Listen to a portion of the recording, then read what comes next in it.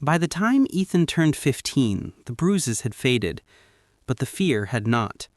His father didn't need the belt anymore. A single look was enough. A single pause in conversation, a single raised brow could silence Ethan faster than any strike. The discipline had gone underground. It lived in the walls, in the pauses, in the way Ethan's mother avoided eye contact at dinner. The house had rules. Not written, not spoken, but sacred. You did not speak unless spoken to. You did not question decisions. You did not show emotion unless it was gratitude. Everything else was weakness. Ethan tried to live by those rules, but his body had started to betray him. He was growing taller, his voice deeper, his thoughts more dangerous. Sometimes he caught himself thinking that his father might actually be wrong. And that thought alone terrified him more than punishment ever could. One evening, during dinner, it happened. The kind of moment that changes everything without warning. Richard was explaining why Ethan's report card wasn't good enough, despite all A's except for one B in history. Excellence, his father said, is not about being good. It's about being perfect. Ethan looked up, something snapping inside him.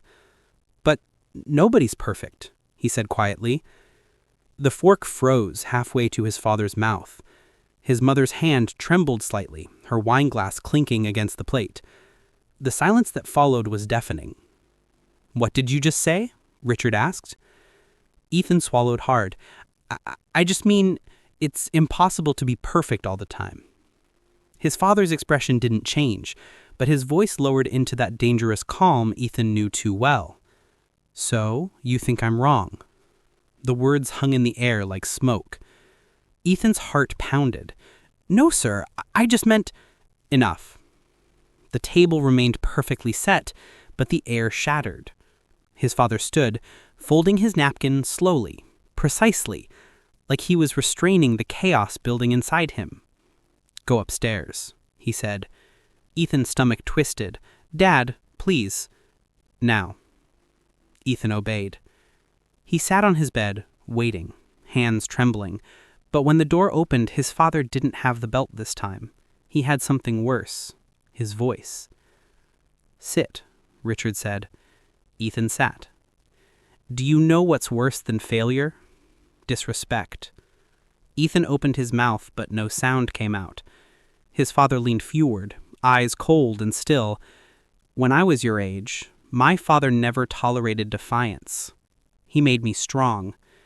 And I'm doing the same for you." Ethan nodded quickly, tears threatening to spill. "You will not raise your voice to me again. You will not challenge me. Because the day you stop listening to your father is the day you start destroying your own life." Ethan nodded again, but the words felt like chains tightening around his chest. He wanted to believe his father. He wanted to be good, to make him proud, but a part of him, a small, trembling part, whispered that this wasn't strength. It was control. That night, Ethan stared at his reflection in the mirror. His face looked older, not because of years, but because of fear. He whispered to himself, "I'm not bad. I'm not bad." But the more he said it, the less he believed it. Over the months that followed, the punishments became invisible. No more belt, no more corner, just silence. His father would stop talking to him for days, pretending he didn't exist. It was like being erased. Ethan would apologize, beg, cry, but his father's indifference was worse than anger. One afternoon, after an argument over a late curfew, Richard said something that would haunt Ethan for years. "You'll thank me one day, when you're not a failure like the others." Ethan wanted to scream that he didn't care about being perfect, that he just wanted to be seen, not judged. But the words died inside him. He had learned to bury everything, to survive through silence. At school, he wore long sleeves, not to hide bruises anymore, but to hide how tightly he clenched his fists. He laughed when others laughed, nodded when others spoke, but deep down, he was numb. And yet, The fear had done its job. He never broke rules, never missed assignments, never disobeyed authority. Teachers called him disciplined. They had no idea that his discipline was built on dread. The night of his 16th birthday, his father gave a toast. "To Ethan," he said proudly, "the kind of son every man should have. Obedient, respectful, controlled." Everyone clapped. Ethan smiled because that's what was expected. But behind that smile, a thought flickered for the first time, not of rebellion, not of hate, but of grief.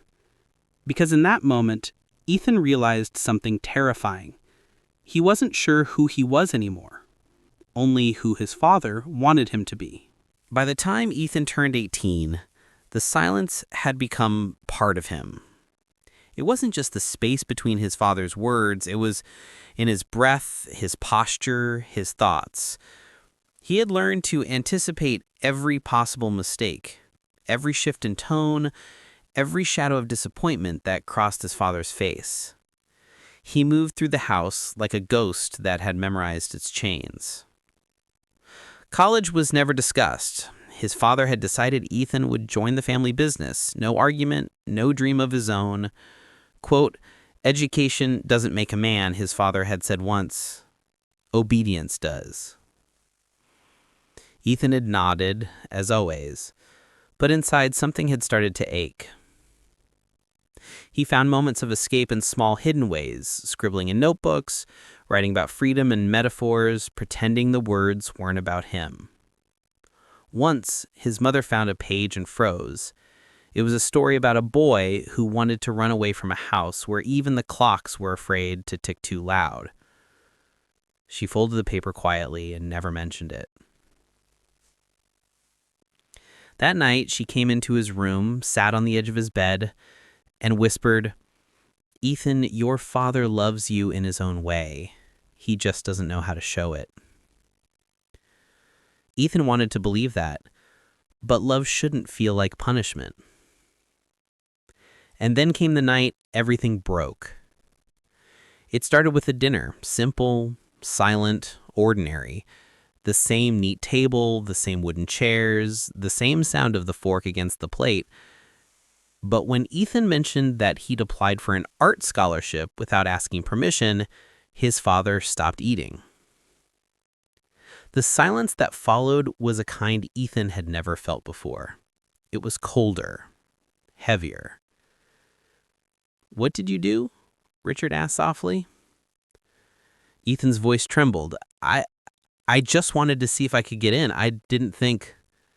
"That's right. You didn't think."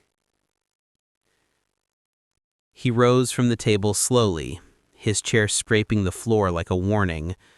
"After everything I've taught you, you still act like a child." Ethan stood too. "Dad, it's not rebellion, it's just art. It's just something I care about."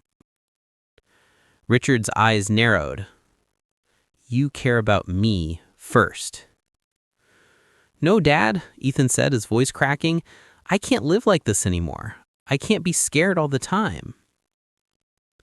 For a second, his father looked stunned, as if Ethan had spoken a forbidden language.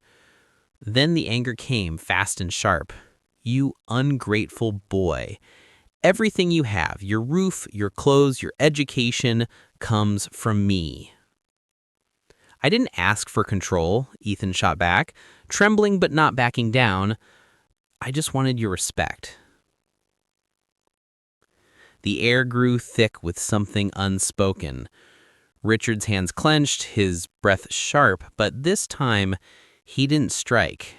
He simply turned away and said coldly, "You're no longer my son." The words hit harder than any punishment before. Ethan froze, chest tightening. He waited for his father to take it back, to say something, anything. But the silence was final. He left that night. No shouting, no goodbye. Just a small suitcase and the sound of the front door closing behind him. The house never called him back. It never did. Years passed. Ethan became an artist, quiet, reserved, and haunted. His paintings were heavy with muted colors, thick brush strokes of grief and memory. Critics called them psychologically intimate. No one knew they were confessions. In interviews, when asked about their inspiration, he always said the same thing: I paint silence. Because that was the only language he truly knew. Sometimes, in the dead of night, he'd dream of the old house, the wooden floors, the ticking clock, his father's shadow across the doorway. He'd wake up gasping, unsure if he missed him or feared him. One winter, after many years of distance, he received a call. His father was dying, a heart condition. His mother's voice, aged and trembling, said, "He asks for you." Ethan didn't know whether to go, but something, duty, guilt, unfinished love, pulled him back. When he entered the hospital room, the man lying on the bed was smaller, fragile, almost unfamiliar. The great figure of authority now looked like a portrait fading at the edges. Richard opened his eyes weakly and said, "Ethan."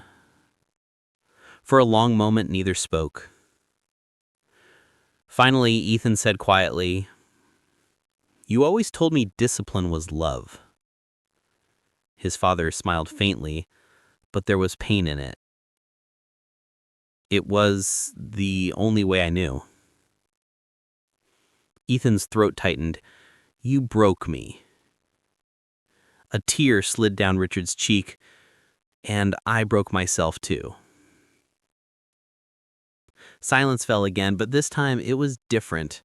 Not sharp, not punishing, just quiet, honest, human. Ethan took his father's trembling hand. For the first time in years, he didn't feel afraid. Just sad for the boy he was and the man his father never learned to be.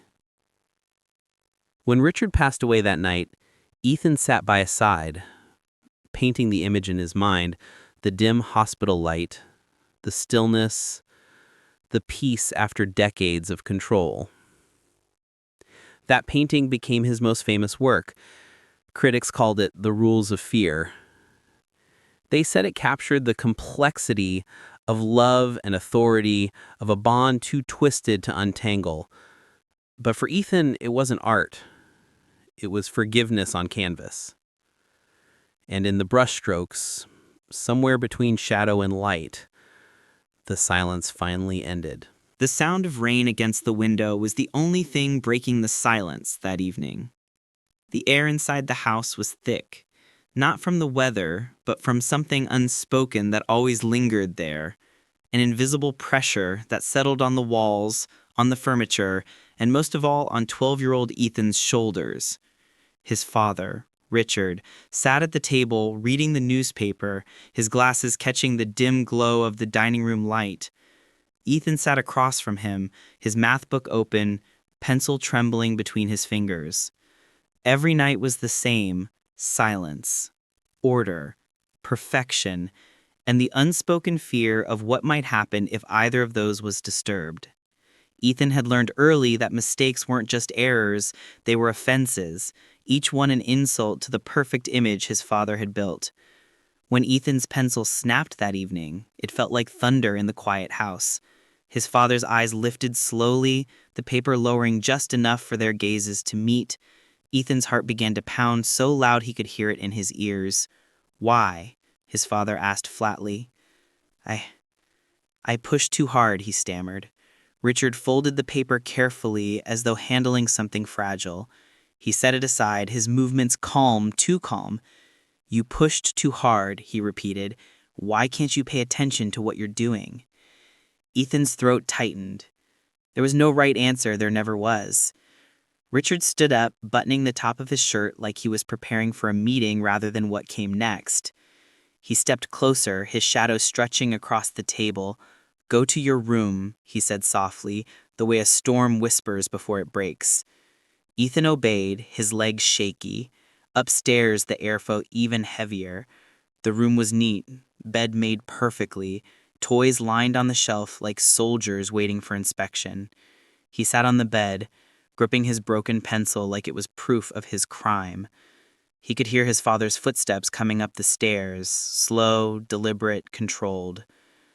When the door opened, Richard didn't shout. He didn't need to. His silence spoke louder than any rage. "You know what happens when you don't respect your work," he said. Ethan nodded, tears already stinging his eyes. "Say it," Richard ordered. "When I don't do my best, I let you down. And I deserve to be corrected."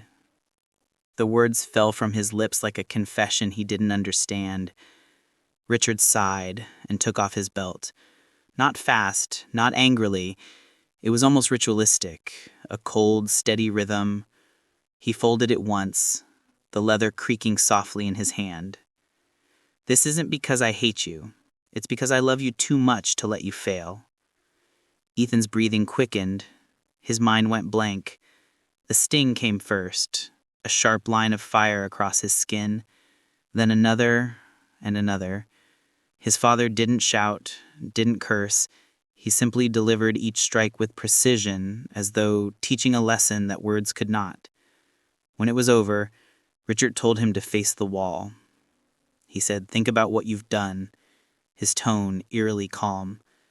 Ethan pressed his forehead to the wall, tears mixing with the sound of the rain outside. His skin burned, but what hurt more was the confusion. Was this love? Was this what care looked like? Downstairs, the sound of the newspaper returned. His father, already back at the table, folded the world back into order. That night, Ethan lay in bed awake, staring at the ceiling. He could hear his father's steady footsteps below, pacing like a metronome of control. He imagined him sitting there, believing that every act of punishment brought Ethan closer to becoming a man worth being proud of. But deep inside, he felt something breaking. Something quieter than bone, more fragile than skin. It was trust. He didn't know it yet, but that fracture would grow.